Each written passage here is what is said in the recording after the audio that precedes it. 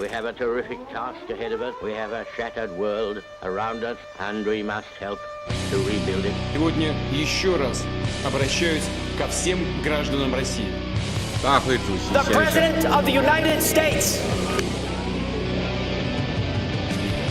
Mr. Gorbachev, tear down this wall. And so, my fellow Americans, ask not what your country can do for you. Ask what you can do for your country. Hello and welcome back to the next episode of Seats of Power. Today we will be discussing the current developments of the Russia-Ukraine war. I believe it is a very threatening situation at the moment. I'm obviously joined by Kyle and Jean-Paul, JP, as we have been referring to him in the previous episodes. We didn't really mention that we refer to him as JP, but yes. Oh, I did. You did, yes, but I guess it's better to introduce him as JP. Yeah, I'm not calling him John anytime soon. Yes, it sounds weird. But anyway, so obviously we have the problem, which is that there is a war in Ukraine that involves major players around the world. So we have Russia, obviously, you have the US, NATO in general, Ukraine, obviously. And due to recent developments, the escalation of this war can be really, really dangerous for the rest of the world, obviously. Yep. So what we have seen recently, basically, we've seen the first time use of intercontinental ballistic missiles, ICBMs, in war. Despite that they have been developed for a long time, there has never been a use of them in a war. However, the ones that were used in Dnipro, they did not have nuclear payloads in them. Obviously, they had conventional payloads, but essentially for an ICBM, they were duds, because the point of ICBMs is nuclear. As a nuclear weapon. The point is that they can reach basically anywhere on the globe, because obviously due to Cold War tensions and whatever, they could attack essentially one another, the US and Russia. Now, it is a somewhat confusing situation as to why these missiles were fired if they had no nuclear payload on them. So I want to ask you first, why do you think that they were used if they had no payload? It's probably a bluff, or just to show, like Putin saying, I was going to say something which I can't say here. Putin basically saying and showing that what capability he has, and like saying, okay, I can do this, and you can't even react to it. Imagine what I can do with my with a nuclear payload. So yeah, I agree with you. I think it is. I wouldn't necessarily call it a bluff per se, because bluff isn't the right word. I think it's more of a show of strength. Yeah. I think it's more Putin saying, listen, the reality is that I can end Ukraine essentially as when I want. Yeah. Obviously, despite that, there would be consequences to that. So I'm not saying necessarily that is exactly what he wants, but I think it's one of his ways to say, listen, we need to get a grasp on the situation. We need to negotiate. We need to de-escalate. But if we can't do that, we are prepared to show that we have capabilities that are beyond defense systems of some of these Western countries, including Ukraine. Could also be experimental too. It could be, and I think in his speech, or at least according to they're calling it experimental. Yeah, they called it a test, according to the translator at least, because. And he did say, in fact, that the objectives of this test were achieved. That's what Putin said, or the translator anyway. And I think again that points to prove that it is not a bluff, but it is a show of strength. I'd like to add to here that since the war, the actual invasion of Ukraine has begun, the Russian army and their entire military force has lost a lot of prestige. I mean, before the war, people thought that the Russian army was significantly stronger than it has shown to be. So some military observationists were saying that, yes, they have ICBMs, but they're old from the Cold War. They were throwing doubts of whether these bombs actually worked. I mean, Putin, by just throwing one bomb, which was not nuclear, practically just proved to them, hey, listen, these bombs work and I'm not afraid to use them if I have to. at the same time, you have last week Biden just decided. I think it was earlier this week, not even last Earlier week. this week It was earlier this week. Yeah. He just decided that, hey, listen, yeah, you can have long-range missiles, and he supplied those long-range missiles to Ukraine, Yeah. which was a needless escalation of the In war. fact, Putin's argument is that doing that means direct involvement of the West, Exactly. essentially. I mean, you had the Americans who send those, and also the British who send Storm Shadow missiles, which are essentially the same concept, which is long-range missiles. And I think I kind of sympathize the point that Putin is making when he is saying that this is direct involvement, because without the West's help in maneuvering those weapons, the Ukrainians can't. Therefore, in a sense, he isn't incorrect when he is saying that this conflict is, in fact, no longer a proxy war, but it is a direct conflict between the West and Russia. And I sympathize with that statement because I think it is demonstrably true. I don't see how you can provide weapons to a country and show them how to use them and have people on site telling, and instructed them how to use them without being direct interference or direct help in the conflict. So, and this is not to say, obviously, that Putin is a good guy, because I understand that a lot of people who may be listening to this might say you are defending Putin or justifying Putin. It's not the case. The fact of the matter is these are countries at war. We know Putin is a dictator. We know he is willing to kill people. So it's not necessarily a situation of he's a good man. But we're also seeing military strategic, I would say, genius, honestly, because at this point, the way I see it is that further escalation from the West will only result in use of nukes from Russia. If Putin isn't bluffing when he says he will use them. We know he can. He can. We Don't think he will. definitely can. I don't think he will. I don't think he will either, but the question is, at this point, is that if he is forced to, you can say that it isn't necessarily because he wants to. Because why else would you throw duds, essentially, if you have the capability to wipe out Ukraine? Yeah, exactly. A lot of people think that the war is a complete territorial land grab, which there is some reason to believe so, and I agree, because Ukraine is a resource-rich area. However, I think it is a stretch to say that the only reason he is invading is because he wants the territory. I understand there is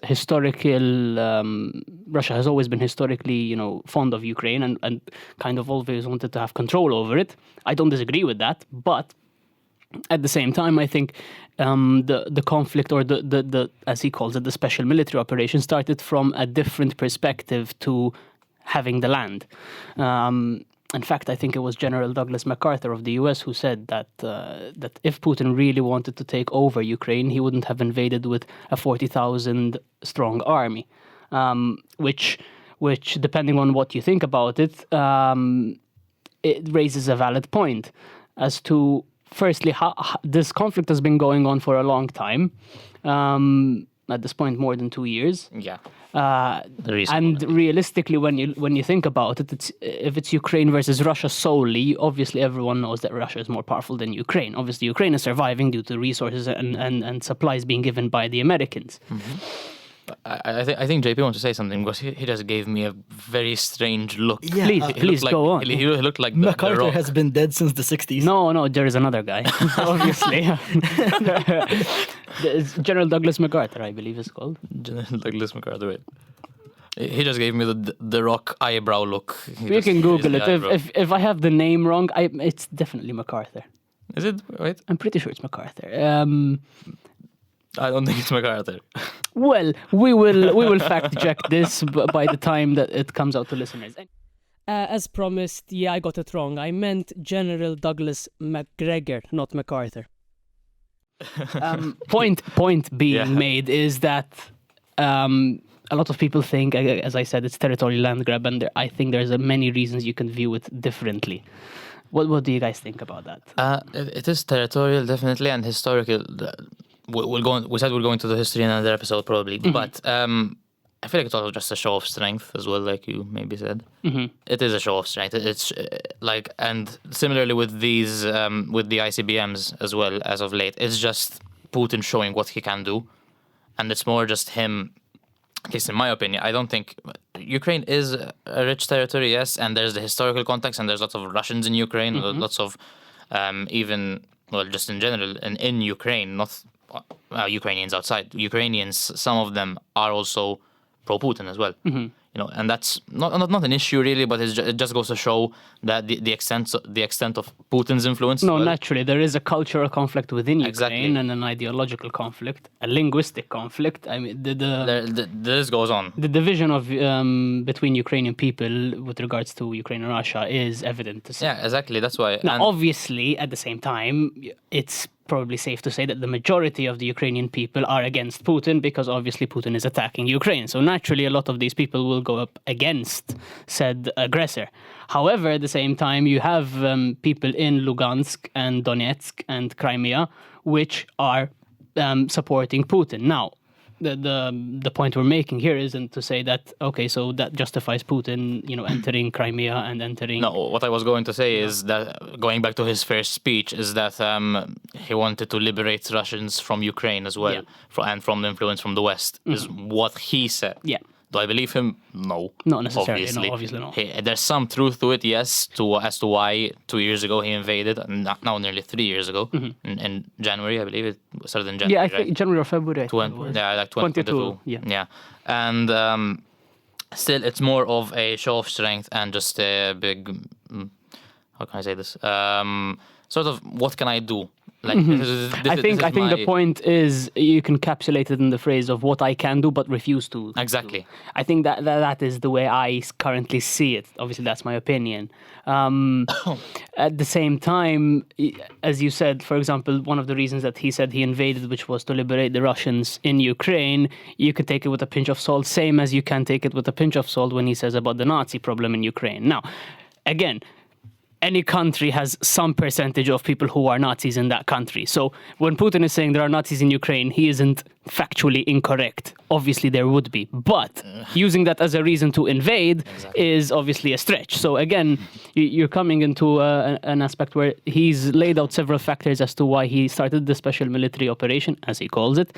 And at the same time, you see that some of these factors are just basically to add to the list. It's like doing an essay and you need more word count, essentially. That's the way I saw that. Yeah, but ironically, Putin invading Ukraine to denazify it has legitimized actual Nazi collaborators like Bandera. But I mean, Bandera today, he was an SS collaborator. Today, he's a respected national hero of Ukraine. Yes, that's true. And when there was that former Ukrainian soldier from World War II that went into the Canadian Parliament, and they gave him a standing ovation, and then basically realized after that he was an SS officer in World War II. It was just funny to see the incompetence of the Canadian Parliament, which I laugh at every day, because it's genuinely a stupid administration. But what do you mean? Trudeau's doing a great job. Yes, of course. No, Trudeau is basically George Washington at this point. No, but it comes to a certain point where things like that, I feel like I genuinely believe that was an honest mistake. Now, if that's an honest mistake, irrelevant of whether it is an honest mistake, it just reflects badly on the Americans and on their messaging, media messaging, where they say Putin is Hitler, because you have the Canadian Parliament, which is giving a standing ovation to a former SS officer. So it's a bit, and it gives credence to Putin's claim that there are Nazis in Ukraine.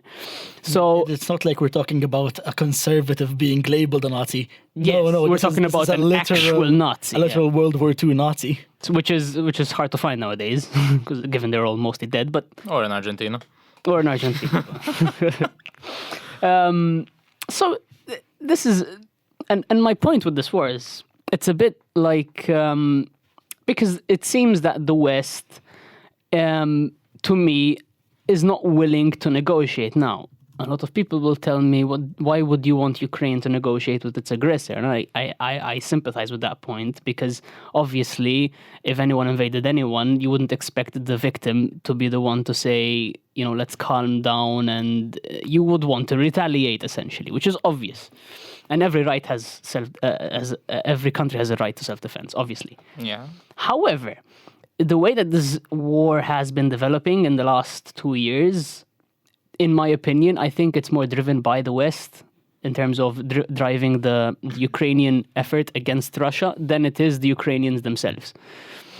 I wouldn't agree, but I wouldn't disagree with you. I feel like it's more that the West as a driving factor is underestimated. I wouldn't say that they're the main guys, because Russia's still banging on Ukraine constantly. No, but I'm saying they're calling the shots. Yeah, I get what you mean. In Ukraine, they're calling the shots. Yeah. I mean, even Europe has a say. In fact, this week there was a plenary meeting with Zelensky as well. Yeah. In the not in the parliament, in the union, and they all have a say. More than Ukrainians, not sure. We have to remember as well that Ukraine and Zelensky in general is one of the most corrupt governments that there was before the war as well. He was called. Yeah, in fact, that's why membership was delayed, if I'm not exactly. mistaken. That's one of the reasons. Yeah. Also, having Russia at your border isn't really ideal for Europe as well. Yeah. Now they're trying to accelerate it. Just talking about European, it's obviously my area. They're trying to accelerate the accession of Ukraine into the EU, but obviously you have to, think that there are Russian troops on the ground in Ukraine. You can't really accept that in the Union, and otherwise. And also, I went off on a tangent here. Sorry, but I'll just finish this. Ukraine want to enter as well because. Okay, it's coming back. Sorry, Ukraine want to enter as well because. There's a directive regulation, I believe, that if one member state from Europe is attacked, the rest can then attack. Goes into the question of European defense, but we'll cover that another episode. Yeah. No, I agree with you. But what I'm kind of looking at is that, for example, Zelensky ran his campaign on signing the Minsk Accords when he ran for president of Ukraine. This was in 2019. Now, you can argue about the fairness of the Minsk Accords and whether they gave too many concessions to Russia and whatever. However, the Minsk Accords originally gave no territorial concessions to Russia. The first ones. The second ones, the Minsk Accords, they were drafted literally like 2 months after the start of the special military operation, as Putin calls it, which was I think April or something in 2022, where again there were no territorial concessions from towards Russia in the Minsk Accords. Now. Again, you can take it with a pinch of salt, but Putin himself said that they had an agreement to sign these Minsk Accords. He said this obviously on the Tucker Carlson interview that he did, that the agreement kind of was there verbally, that Russia were notified through Ukrainian advisors and staffers that they were gonna get sign the Minsk Accords, and Putin, according to him, started retreating his troops from Ukraine. Then, for whatever reason, after a meeting with Boris Johnson by Zelensky, which yes, you laugh at the idea of Boris Johnson, and I laugh with you. The Minsk Accords then were completely disbanded, and you had the Chancellor of Germany and the Foreign Minister of France, I believe, who said that basically it was a whole scam to kind of get him to retreat. Ultimately, it didn't work, obviously, because went back in, and now it's 2 years later. So my question basically is, why is this prolonging as much if we've seen a willingness from one party of the conflict to kind of sit at a table and negotiate terms? Because that's when I say it's not being called by Ukraine, but it's being called by the West, the shots. I understand what you mean. I mean, the Ukrainians are aiming for a complete victory, which is impossible at this point. They want to retake Crimea, assert themselves in Donetsk and Luhansk, which they haven't done for the last 20 years now. Yes. So, I mean, that goes beyond the war itself. They did not control it even prior to the war, due to the pro-Russian insurgents. At the same time, the West is looking at the conflict as a way to perpetually weaken Russia. Yeah. I mean, Russia... Is that working? I argue it's militarily, as it comes down to the infantry level, Because and not the nukes. Because there was Yeah. the issue of, obviously, Russia supplied gas to the rest of Europe through the Nord Stream pipelines, and then you had the Nord Stream pipeline 2, I believe, Nord Stream 2, which was blown up. So far unconfirmed who blew it up, but obviously Putin alleges that it was the Americans that did. For once. For once, yeah. And that kind of makes you question things, because ultimately, yes, sure, that probably reduced Russia's economic power in terms of selling gas to Europe, kind of reducing the dependency of Europe for gas on Russia. But at the same time, if you've gotten rid of that, what can Europe do now to get gas? They can't really get it from Russia. Or if they're going to get it from Russia, they're going to get it through very, very high prices. That's an issue right now in the Union as well. That's why there's lots of, especially green incentives being pushed forward. In fact, I mean, years ago, Trump called out Europe saying, the pipeline that you're building with Russia, mostly called out Germany, is suicide, political Yes, suicide. will make it dependent. And I completely agree with that, I think, because you know how many times you hear, obviously, that Putin is a dictator, he's Hitler and whatnot, and why would you sign a deal where you become energy dependent on the guy you essentially think is the worst human being in the planet? That's desperation from Europe's side, though, because there's no really good natural resources in Europe. Central. It's because they don't consider nuclear. Yeah, I mean, well, then you can see France, which is one of the most... Yes, France is a nuclear-powered Exactly. state, fair enough, but Yeah. the rest of Europe is not. Yeah, and especially, look at the case of Malta. We Yes, have to get our energy from somewhere. We are very dependent on energy. Yeah, obviously. So we have to get it from somewhere, But yeah, I think it doesn't apply for Malta. It doesn't apply the same as applies the EU. Because, Yeah, but we're part of the EU, though, so yes, it has to obviously, apply. but it's a different situation in that the requirements of Malta to survive are different from the rest of the whole of the EU. For example, France doesn't need realistically because they have nuclear energy. Yeah, fair enough. Neither did You Britain know, and stuff. that's what I'm saying. And yes, I mean, you're right. Again, this is my main qualm, is that this war could have been evaded. I think that a lot of geopolitical analysts from America and the West recognize this, but I feel like whenever they point this out, they're just called Putin apologists or pro-Putin people.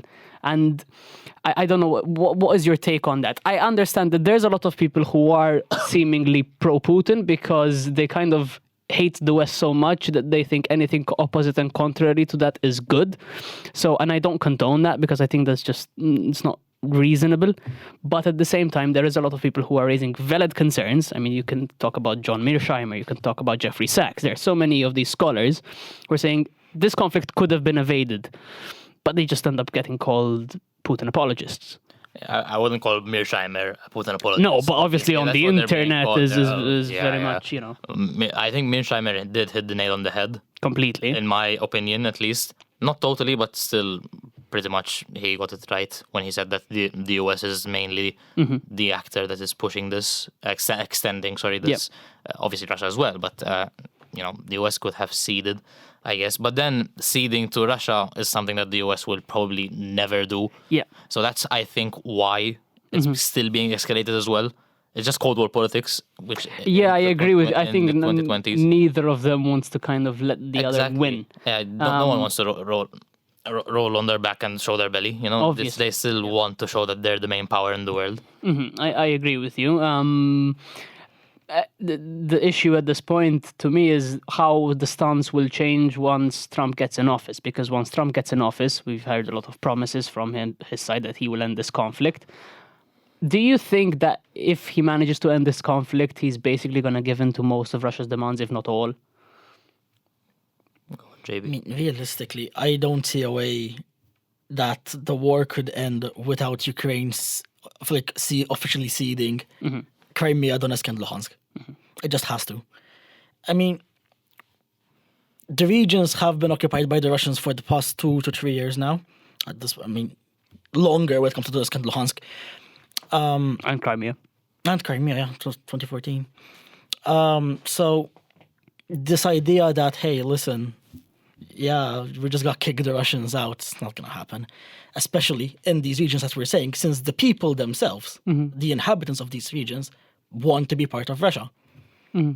Then there's also like Not all, not all, but a significant portion. Especially Donetsk and Luhansk as well. Yeah, mostly Donetsk. I mean, in Crimea there was the referendum prior to the war, and the people voted to. Yeah, I mean, Russia. even in Donetsk and Luhansk, but obviously a lot of from the West they will tell you that these are illegitimate referendums. But let's discard that for a moment. Let's say that these were legitimate referendums. If that's the case, and these people want to be a part of Russia, I understand probably invading is not the best idea, but if these people voted to be independent of Ukraine and become part of Russia or be independent republics, because I believe that they believe that they're independent republics. Not, I don't think that they do anymore. Maybe not, but when the war started, I remember the war started because Putin recognized Donetsk and Luhansk as two independent republics. Yes, exactly. Yes, and then that's he my point. moved in the Russian armed forces to defend their borders from the Ukrainian forces. It must be said that they were being shelled from Ukraine, from Kiev, the Donetsk and Luhansk, since 2014, essentially. Yeah. Now, again, this is not to say that, Ukraine deserves the invasion. Obviously, this is just to say that there's context leading up to the invasion. There's a reason why these people wanted to be separate from Ukraine at the very minimum, if not just completely part of Russia. But the way I see it is, as you said, obviously there's no way for Ukraine to gain back that territory. There is essentially they don't have nukes for one. They're severely underpowered. Even if they get help from the Americans and getting... should probably stop now as well, almost. Apart from that, but let's say they get long-range missiles. Long-range missiles for Ukraine isn't going to help them win back Donetsk and Luhansk. At least not if they want them whole, which they probably aren't. Yeah. Anyway, but so again, I point to it. Why are the Americans going to supply weapons to Ukraine if the war, as Ukraine has defined it, is unwinnable? See, that's the point of it's escalation without logic behind it. That's the way I see it from the Western perspective. Yeah. Because it's like the war it's been like this. It's just at a point of no return for Ukraine as well. Yes. So but I get why they wouldn't want to cede. The land's already lost, but obviously they don't want to cede. No, because then, at least from Putin's side, he'll just keep on taking. Yeah. It's already unethical as is, because invasion is never the answer, obviously, even if he did recognize Donetsk and Luhansk as independent from Ukraine, which is stupid in my opinion, because, on what grounds are they independent from Ukraine? I mean, de facto they were. De facto, not de jure. I mean, it depends. I'm not necessarily certain about the legalities of it, but if they voted and there was a significant turnout and they were legitimate, is that not grounds to say that they should be independent if they voted? So invade? No. That's not the justification for Putin invading. What I'm pointing to is that only Putin recognized that. Yeah, obviously, only he did because it's in his interest. Naturally, yes, Yeah, obviously. The rest wouldn't as well, but he knew what he was doing when invading, even if he just called them. No, of course. But even to get to Donetsk and Luhansk, to Donetsk especially, he had to go through Ukrainian territory as well. Yeah, obviously. You can't just... It just doesn't make sense from my end. No, I understand. Again, most of the reasonings that he put forward for the invasion were stretches, were pinches of... You had to take them with a pinch of salt, because he ultimately did not necessarily want to liberate the Russian people in Ukraine. He wanted, in my opinion, the most important thing was to make sure that Ukraine never enters NATO. Or at least a guarantee for like 20 years to never enter NATO. When it comes to NATO, because a lot of people say it's a defensive alliance, right? You attack one, you attack all of us. But it's not about offensive. It's not an offensive alliance on paper, so just by Ukraine being into NATO doesn't mean that Russia is going to get attacked. But that's how Russia views it. Well, obviously. Why do you think so, that they view it that way? Why wouldn't they? If you attack one, you attack all. Ukraine enters NATO, you're attacking it already. No, leave that, because obviously Ukraine isn't in NATO yet, Yeah, but okay. there has been a push to enter NATO. Ukraine cannot join NATO as long as it's at war. Exactly. The NATO charter states that you have to be at peace and have no contested territories to join Right. the alliance. So there's no way that Ukraine could actually join by the current rules of NATO. So wouldn't that be the reason why he invaded before they ever joined NATO? Because he knows that they He can't. doesn't want to join it. Right. Could be also a reason as well. Again, I think the ultimate reason is just for him to. But again, if it's a defensive alliance, what's the problem with having NATO in Ukraine? I'm playing devil's advocate here. yeah, but you are playing devil's advocate. I know, but I'm trying. I'm trying to elicit the discussion. Yeah. Russia would just be encircled by NATO countries who, would have full right to just put nukes on Ukrainian soil. I mean, this was the issue in Cuba in the 60s, the issue with Turkey also in the 60s. You could say that the issue with Finland joining NATO as well. Now, yes. I mean, that's the main issue with Now, what Putin did. this is the question. Yeah, A lot of people legitimize say, NATO. okay, what's the point? So I think we're getting to why is there a problem with Ukraine joining NATO if you have other border countries to Russia that are already in NATO? Yeah.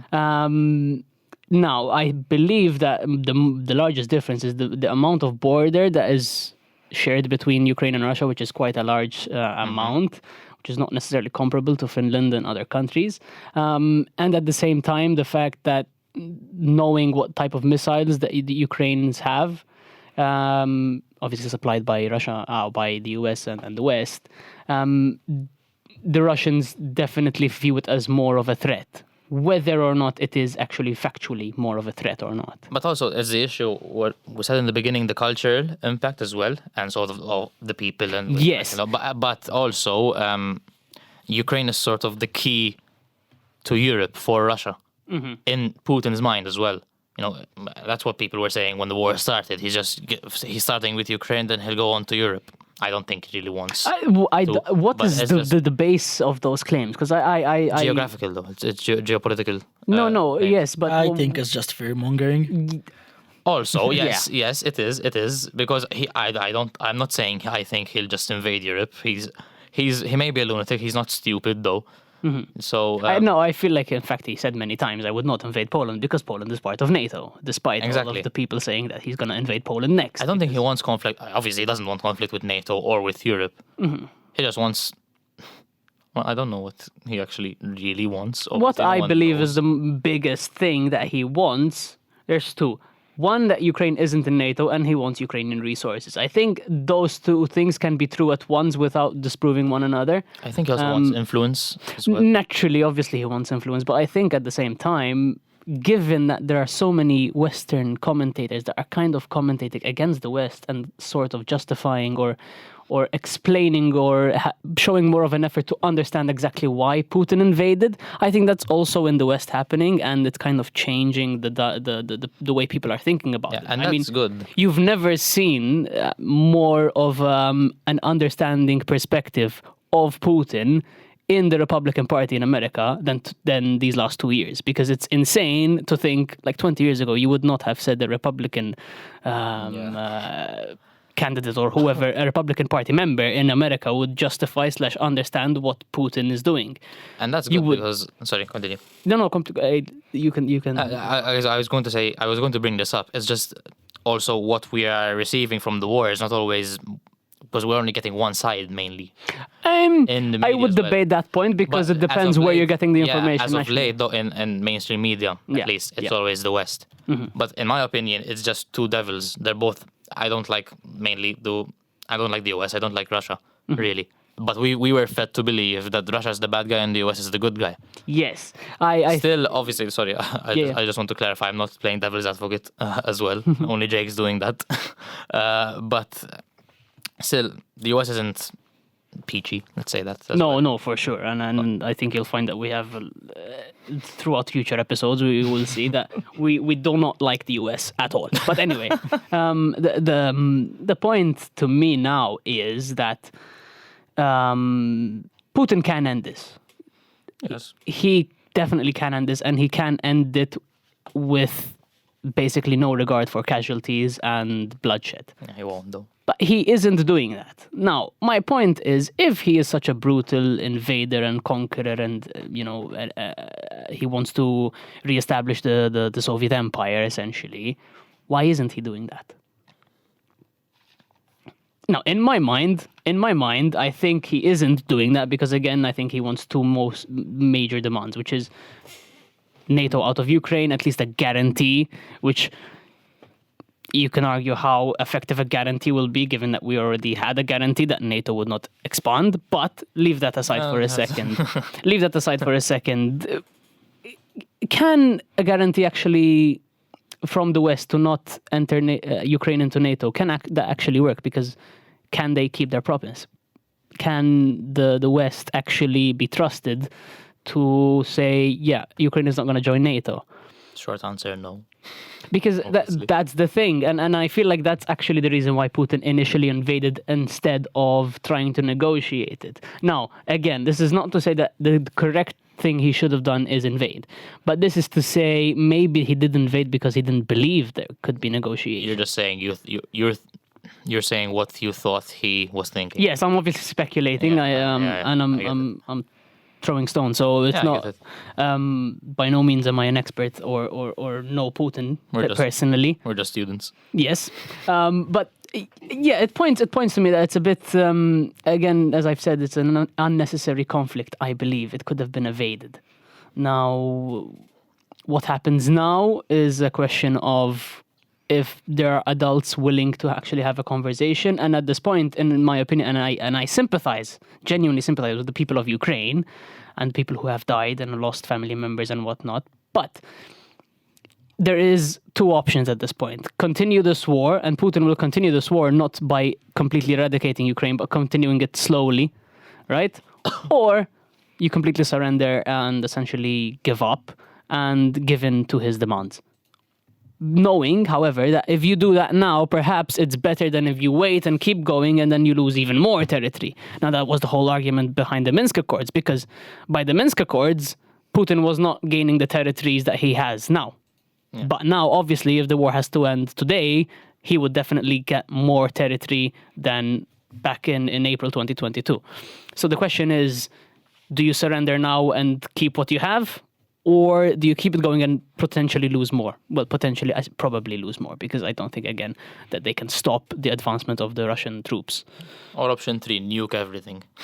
Which would be undesirable, I would say. No, I would think so. So this is the thing, and as well with the ICBMs that he used, which would literally go at Mach 10 speed, which is insane. They have never been used before. I have a situation where I think the balance of power has slightly shifted, because I do not think that it's the same as we thought, where, okay, sure, Russia is a powerful country, but their military is old and things like that. Now we're seeing that, hey, our conceptions of the Russian military and the Russian tactical strategic thinking, I think was wrong, because in the West, what we have heard is that Putin is an evil and crazy dictator, and he's illogical. There were rumors about his health and things like that. But then when you hear him speak and you look at some of the decisions that are being taken, I believe they're very calculated. I believe they're very logical. And I think that they're trying as much as possible to force the West into essentially sitting at the table, which, in my opinion, they seem unwilling to do at the moment. Yeah, the West aren't willing, yes. Just to save you, they're logically from a Russian perspective. No, obviously, that is what I'm saying. Yeah. No, by no means do I'm saying that logical means moral. I'm saying logical in terms of in a wartime. What he wants. When you study history, for example, as we've all studied history here, you look at wars from a logical perspective, as a strategic and geopolitical perspective, where you have, the demands of countries and its negotiation. It's technically business in a sense. Yeah, it is. But you're talking about countries and killing people. So it's a bit more extreme. Highly immoral. But the point is that you can't really apply emotional thinking to it, because you won't really explain what the movements of any one party in a conflict are through emotional, thinking. But I mean, when Tucker Carlson went to interview Putin, that was mind-blowing, the fact that, a Western journalist... It broke the internet completely. That a Western journalist was allowed to just go to the Kremlin and speak to Putin. I mean, I do believe the theory is that, everything was, like, pre-planned, all the questions were pre-planned. But I don't think that matters. The fact that it was allowed to happen was already enough. And when asked, Putin's main justification was just, oh, but Kiev is the birthplace of the Russian people. So, I mean, That doesn't help his case. From his part, he's pushing it entirely as this romantic war to, liberate the heartland of the Russian people, the birthplace. He's just painting himself as like this return of the Kievan Rus. Yes. No, I agree with you completely. And in fact, by no means do we believe that Putin is not a serial propagandist, because obviously he is. However, you have to look beyond rhetoric into action and into actual instructions. And when I look at that, I tend to more necessarily believe that at this point it is more ideal for Russia to negotiate with whatever they have, and I think that's actually more what they want than the further escalation and the idea that he wants to conquer the rest of Europe, because I think that is not only illogical, but I think it's just useless, because what will happen is that Article 5 of NATO, nuclear war, everyone's dead. So there's no point in doing that. Everyone loses. I don't think it would. I don't think it will get to that, because obviously it's not in the interest of both. No, obviously not. But it's just like showing your cards, But Putin showed his cards. Now America either has to fold or just play a bad hand. Yeah, and in fact, that's the way I saw it, because the fact, in fact, after he sent the ICBMs in Dnipro in Ukraine, obviously he released a speech, Putin, where he kind of explained what happened, why he did that, whatever. And one of his main points was that these are uninterceptable missiles. Essentially, basically putting out a threat to any nuclear-capable countries who's helping Ukraine, which he views as justification or a situation where he can use nuclear weapons, as they recently changed the nuclear doctrine. And I see that as essentially Putin saying, listen, you think that you are the most powerful in the world, the West, but I think Putin shifted the balance of power when he released the speech and obviously the missiles, because they're novel missiles, essentially. They've never been used. Yeah, now I guess we're just waiting for the response from the West. Naturally, and what they are doing now at this time. And I'm terrified, to be honest, because if the West has not at all, they've always called this bluff, the West, up to this point. Yeah. Because Putin keeps saying this is a red line and this is a red line, and we all know that he's bluffed massively this whole entire time. Yeah. But this time, beforehand, we thought it was because he couldn't, because we didn't believe in the efficiency of the Russian military, or we didn't believe necessarily that they had enough manpower and whatnot. But now at this point, it's not because he can't, it's because he won't.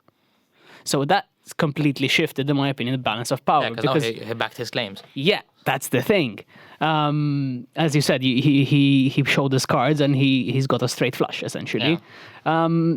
And geopolitically, I think it was a genius move, to be honest, because at this point, if the West keeps escalating and Russia is forced to use those weapons, no one wins, right? And if the West essentially surrenders and kind of admits that they have a sort of gun to their head, because the way I see it, I think it is, then Putin gets all that he wants. So I think it's geopolitical checkmate. I think there is no escape where Ukraine can be happy, where the West can be happy in the situation at this point. I mean, to be fair, I believe that this week the West, they did not play their cards right in any way. No. You can imagine. I mean, the American people have just voted strongly. Overwhelmingly, yes. That they want a de-escalation of the war in Ukraine. They Yes. voted, for the candidate who, Proposed for that, better yeah. or for worse, was proposing an end to the war, or at least working towards an end to the war. The Democrats have lost everything. Right? They lost the Senate, the House, and the presidency itself, of course.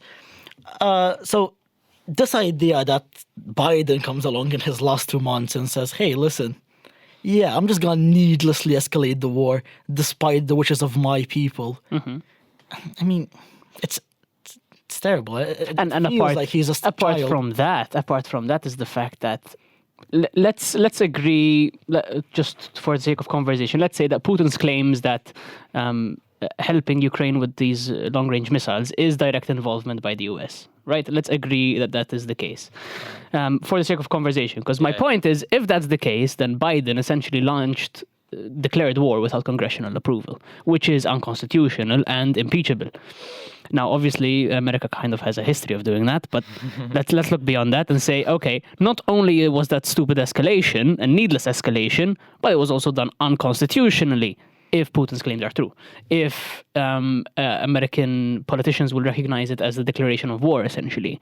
I've already seen this morning from Ukrainian officials and Russian officials that they believe World War III has begun. So it is a situation where a lot of the parties involved believe essentially that the conflict is now more than a proxy war. It is a complete direct conflict. Now, we've always thought for a long time that World War III would be a nuclear war, obviously, and that it would essentially be the end of everything. But if this is really World War III, it is, but Yeah, exactly. I agree.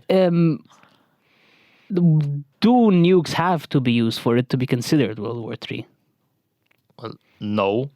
I don't think it is World War III because we've been hearing this World War III rhetoric now for the past few years. And I don't think it is.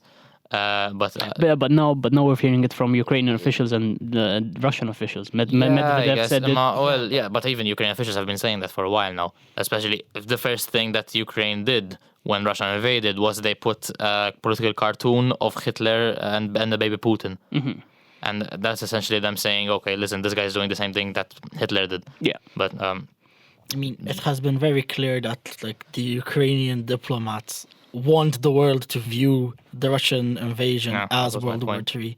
I mean, they're practically acting as if they're Poland in the Second World War, being like, hey, listen, we are the weaker country here, being invaded by our stronger neighbor.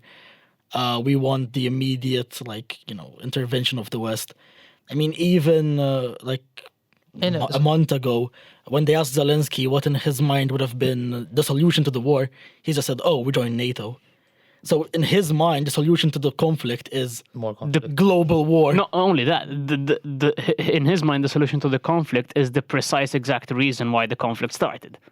The possibility of Ukraine being in NATO. But I will sympathize with Zelensky, even though I may not agree with what he says and stuff, because you have to think of it from a Ukrainian perspective. No, naturally, obviously, he's not going to concede. Yeah, exactly. He's not going to concede. He doesn't want to lose. Because this is the thing for me as a person, I'd rather lose some land than lose people, in my opinion, obviously. But losing that land would mean losing people as well, so that's a bit of a question mark. Mm-hmm. But you have to sympathize because you can't really just, what would you want, if Malta was invaded, for example, for me, what would I want? I'd want help, military and humanitarian aid from the Union or the West or whatever, and anywhere, just hypothetical here. So I see why he said that. No, of course. And again, this is why I've said for the longest time, I sympathize with the Ukrainian people in general, because I believe the Ukrainian people are caught in a crossfire between two global powers.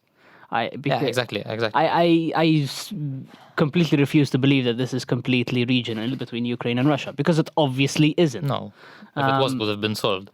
Not only that, if it was, there would have not been that much of a commotion, realistically, and would have ended within 2 months, I think. At the same time, I sincerely doubt that most Ukrainians in places like Kiev or, in the west of Ukraine, prior to the invasion, were losing sleep over Donetsk and Luhansk. Exactly. I sincerely doubt that. I mean, again, since 2014, they were shelled from Kiev. Now, obviously, they shelled the Russian insurgents in those places. You can't shell a place without, hitting civilian targets. And they're hitting Ukrainian citizens. They were bombing their own country. This is factual. This is not... they were bombing territories that... These territories recognized themselves as independent, but the Kievan government still believed that those were part of Ukraine. So they themselves are admitting that they were shelling their own, country, territory. So it is a double-edged sword. Again, that is not to justify the invasion of Putin, by no means. This is just to give context as to what was going on beforehand. This doesn't just start like that, obviously. Oh, it's been coming for a while. Yes, it's been coming from at least since 2008, at least. historically, even before that. No, obviously, but I think it got serious mostly in Bucharest in 2008. But Fair enough. and it's not the first time we've seen Putin do this either. I mean, we've seen Putin. Putin is willing to kill people if he believes that the security of Russia requires that. We know that. That's scary. It is very scary, but we know that. We know the type of person Putin is. There's a reason why the poke the bear expression exists. You don't poke the bear.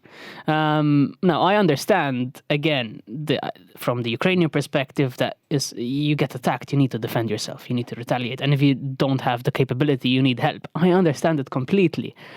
But at this point, I believe that this emphasis on how Ukraine is a sovereign democratic country, which I think is debatable, but leave that aside for a second, is taking away from the fact that Russia has valid security concerns. Again, the US would not accept missiles in Mexico. We know that.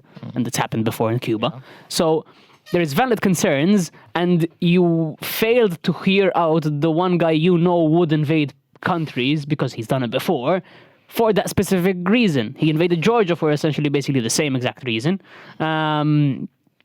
Whereas there's obviously other like revolts and stuff which he shut down, but that was more because he's a dictator, an authoritarian dictator within his own country. When it comes to outside of his borders, he's done it basically for, as he said, security guarantees. Now with Ukraine, I think it's much bigger than Georgia ever was, because of the border, how long it is, and whatnot.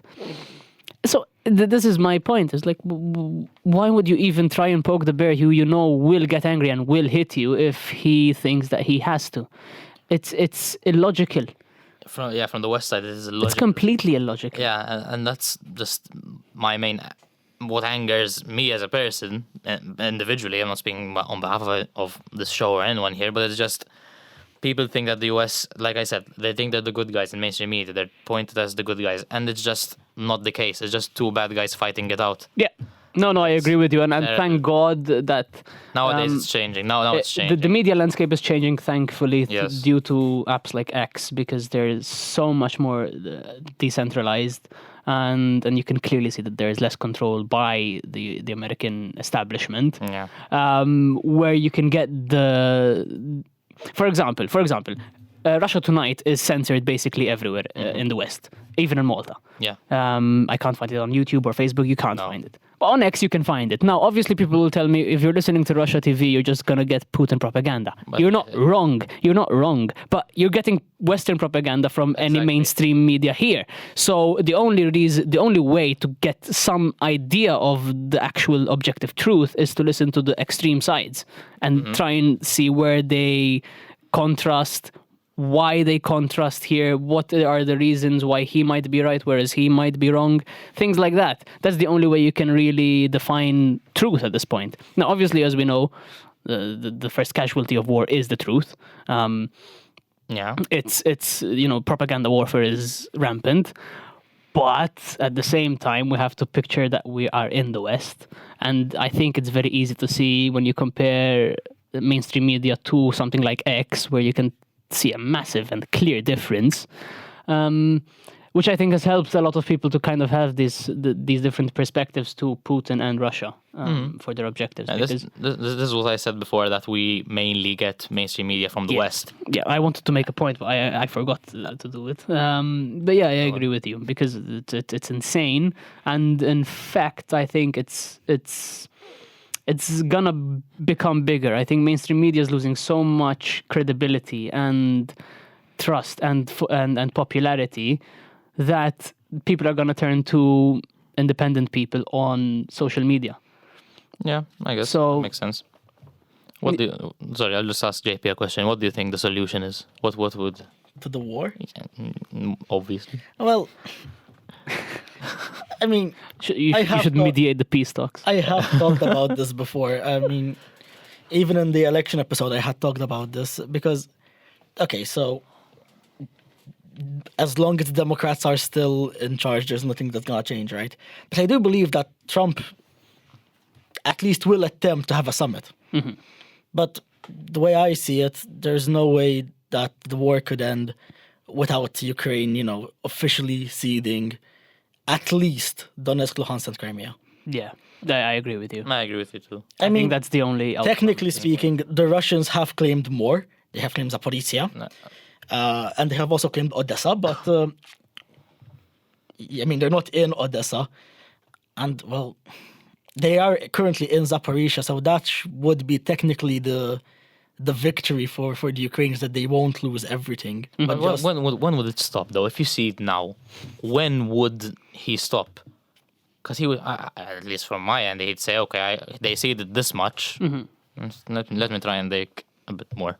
Oh, Then probably a bit not more. wrong. I think bit more. again, the further it prolongs, it actually, I mean, it becomes more. the in issue with Putin's what favor. you're saying here is that the actual Russian military on the ground has been very much decimated by this war. I mean, they started, with their reservists, then they moved on to conscription when that didn't work.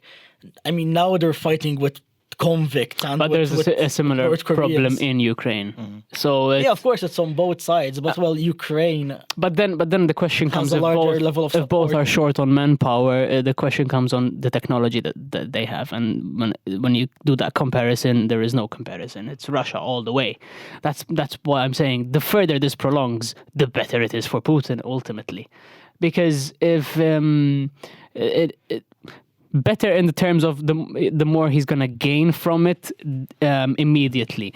Then there would be consequences after the war ending, depending on economics and trades with other countries and things like that. The further he prolongs it, it might be worse in those situations. But what we're saying right now is that at this point, it is completely already to Putin's advantage. And the further it keeps going, it's going to be even more to Putin's advantage. So again, there's no reason to prolong it. That's the way I see it. Yeah, but then if he stops it, we would probably see Ukraine either in the EU or NATO or both. If that happens, then we're going to go back to square one. That's And we're what I going to was going to restart say. the exact conflict That's again. what I was going to say. It's going to be just an endless cycle over and over again Yeah. until Putin is gone, Yep, probably. essentially, probably. And I don't even unless- think so. I think because- someone else will come along, Yeah, probably, and yeah. that's sad At- because at I the don't same want time. Russian influence in Europe. Sorry. Yeah, that's fair. But I mean, at the same time, the West is more and more every day looking at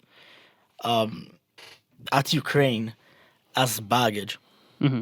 I mean, when the war started, immediately prices went up, and the Western people. Well, yes, you want to support Ukraine, sure, but yeah, it's hurting you directly. as Yeah, an and at the individual. same time, there's a lot of people who are like, why do we have to get involved in the conflict that is millions of miles away from me? And You know? in reality, Yeah, but then you would have to think about the problem of influence as well.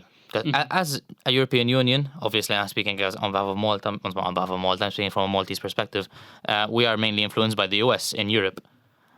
I don't like the US, but I'd rather be influenced by the US than Russia. But to be honest, at the same time, there's, Evarist Bartolo. Evarist Bartolo has spoken out on the war, and I agree with him completely because he's pointed the finger a lot to the West in the lead up of the conflict, and I think he's been very, very accurate and justified in his opinions. And when I look at that, I'm thinking, okay, maybe Malta is different to the rest of Europe because I think Malta is less influenced by the US than the rest of Europe. I think Malta has more, it's less emphasized on the US because I think in Malta you would agree. I think that a lot of people don't actually like the US here. I mean, the neutrality helps us. And yes, and that was my other point. I think historically we've been much more neutral than other countries, and I think the fact that we are in the EU, despite giving us obviously Western influence, is not as strong as I don't know France or Germany or the Yeah, UK. The Russians Still, we're gave not us the go-ahead to be presidents of the Security Council. Yes, I mean when the you think Russians about don't it, view us as adversaries in any way. Yeah, No, I don't maybe, think so. maybe soon they will probably because we're part of the Union, so the European Union, and that's already not really neutrality because we are giving not wrong. some form of financial Not aid to wrong. Ukraine. So But I guess that's another question. though. We'll That's a long we'll have question. to tackle that That's a long in one. another episode.